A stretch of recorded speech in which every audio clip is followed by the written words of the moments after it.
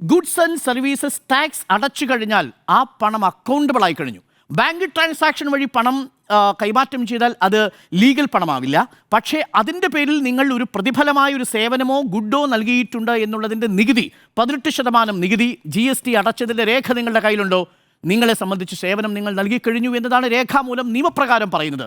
പിന്നീട് അത് എന്തിനു വിശദീകരിക്കണം എന്നുള്ളതാണെങ്കിൽ നമ്മുടെ ഈ രാജ്യത്തെ മുഴുവൻ രാഷ്ട്രീയ നേതാക്കളുടെയും മക്കൾ അവർ ഓരോരോ കമ്പനിക്കും കൊടുത്തിരിക്കുന്ന സേവനങ്ങൾ വിശദീകരിക്കാൻ തുടങ്ങിയാൽ അത് എവിടെ എത്തി നിൽക്കുമെന്ന് ഞാൻ പറയാതെ പ്രേക്ഷകർക്ക് അറിയാമല്ലോ. നമ്മുടെ രാജ്യത്തെ തന്നെ BCCയുടെ നിയന്ത്രിക്കുന്ന തലപ്പത്തിരിക്കുന്ന ആളുടെ അല്ലെങ്കിൽ തലപ്പത്തിരിക്കുന്നയാൾ എന്ത് സേവനമാണ് ഇന്ത്യൻ ക്രിക്കറ്റിന് കൊടുത്തത് എന്ന് നിങ്ങളൊന്ന് ആലോചിച്ച് നോക്കൂ. അതങ്ങനെ വിശദീകരിക്കാൻ നമ്മളാരും ആവശ്യപ്പെടുന്നില്ലല്ലോ.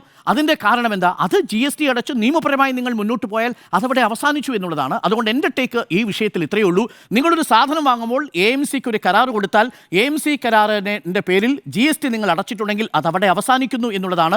അതിൻ്റെ പേരിൽ ഏതെങ്കിലും തരത്തിൽ നിങ്ങളെ ഇല്ലീഗൽ പേയ്മെൻ്റ് ആയിട്ടോ അത് കള്ളപ്പണമായിട്ടോ കണക്കാക്കാനുള്ള ബുദ്ധി എന്നുള്ളത് വലിയ രീതിയിൽ അബദ്ധത്തിലേക്ക് നയിക്കും. അത് ഒരു തലതിരിഞ്ഞ ലോജിക്കാണ് എന്നുള്ളതാണ് ഞാൻ മനസ്സിലാക്കുന്നത്.